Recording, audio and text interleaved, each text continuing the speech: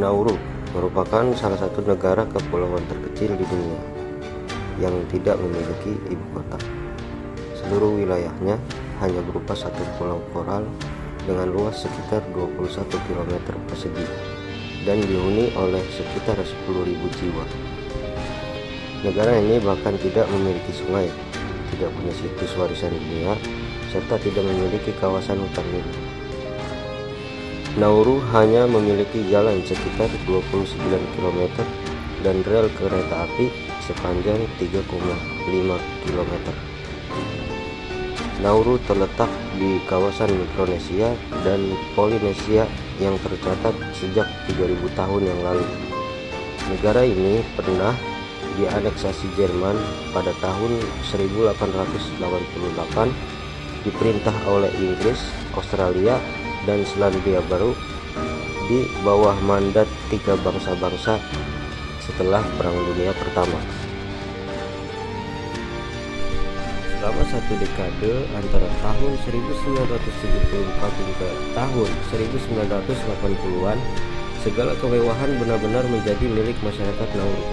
Rumah-rumah mereka dipenuhi dengan barang-barang berharga, bahkan pantai di Nauru dipenuhi dengan perahu pribadi mewah milik perorangan. Mereka menikmati segala kemewahan yang mereka punya, bukan saja uang yang berlimpah, namun juga kebebasan pajak, transportasi, pendidikan, dan kesehatan gratis. Bahkan pemerintah akan membayar biaya pengobatan untuk keluarganya yang membutuhkan perawatan di Australia.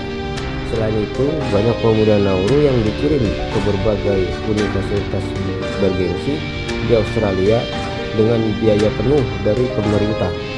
Beragam fasilitas dan kemewahan yang dinikmati pemerintah dan masyarakat Nauru membuat mereka lupa bahwa sebanyak apapun kekayaan alam yang mereka miliki, pada akhirnya semuanya akan habis.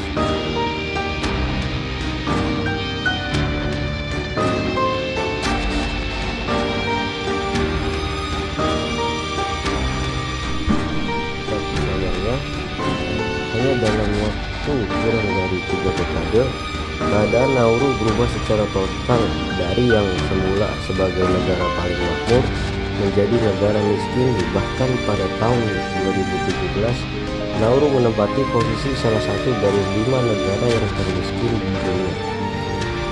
Kekayaan yang pernah dimiliki oleh Nauru berasal dari jutaan tahun silam, tepatnya ketika kepulauan kecil ini menjadi rumah singgah bagi burung laut yang bermigrasi antar benua. Ribuan burung migrasi tersebut kemudian membuang kotoran ketika singgah di pulau ini, di mana kemudian kotoran burung yang mengendap selama ribuan tahun tersebut berubah menjadi keraguano, bahan alamiah penghasil fosfat yang bernilai ekonomi tinggi.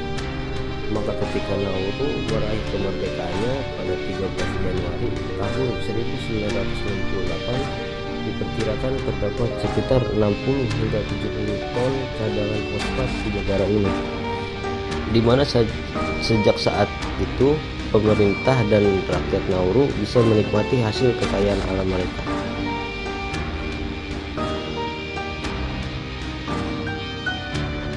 Sialnya, saat memasuki tahun 1986, pemerintah dan seluruh masyarakat Nauru baru menyadari jika cadangan fosfat di negara mereka mulai habis.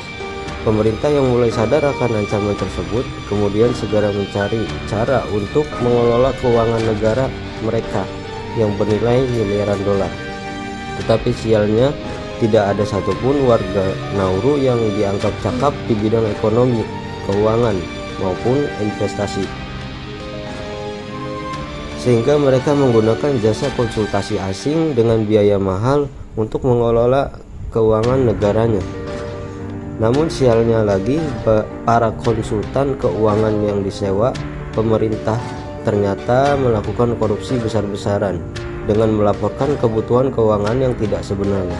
Sebagai akibat dari masalah keuangan tersebut, pemerintah Nauru kemudian mulai berani berutang dengan jumlah 239 juta dolar, di mana kemudian karena pemerintah Nauru tidak mampu untuk membayar utang tersebut, banyak aset mereka di luar negeri disita pengadilan.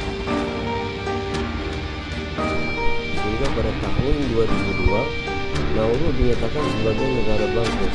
Selain telah bangkrut secara ekonomi, yang paling menyedihkan, semua lahan di negara ini tidak dapat dijadikan lahan pertanian ataupun perkebunan. Semua lahan di negara yang sempit ini telah dirusak akibat aktivitas pertambangan yang membabi buta. Belum lagi laut mereka yang juga ikut tercemar akibat limbah tambang. Tanpa sumber pendapatan yang memadai, hidup rakyat Nauru berada pada titik yang sangat jauh di bawah level sebelumnya. Mereka bergantung pada bantuan pihak luar melalui makanan siap saji yang kaya akan karbohidrat, tinggi kadar gula, dan bahan pengawet, sehingga hal tersebut sangat berdampak pada meningkatnya penderita penyakit obesitas yang parah di negara ini. Sehingga kemudian Nauru menjadi negara dengan penyandang obesitas yang tertinggi di dunia. Negara ini juga pernah dikuasai oleh Jepang pada tahun 1942 dan kemudian dikuasai kembali oleh British, Australia, dan Selandia Baru. Kemudian di bawah perjanjian Perserikatan Bangsa-Bangsa tahun 1949, Nauru mendapat kemerdekaan penuh dan berdiri sebagai negara republik 2 tahun kemudian. Meski memiliki wilayah yang sangat kecil, Nauru memiliki sejarah ekonomi yang cukup unik dan pernah menjadi salah satu negara paling makmur di dunia. Pada tahun 1975, Nauru memiliki penghasilan sekitar 2,5 miliar dolar dengan jumlah penduduk hanya sekitar 10.000 jiwa. Negara ini menempati posisi teratas sebagai negara dengan pendapatan per kapita tertinggi di dunia yang mencapai 27.000 dolar Amerika per tahun, jauh melebihi Amerika Serikat yang pada tahun 1980 memiliki pendapatan per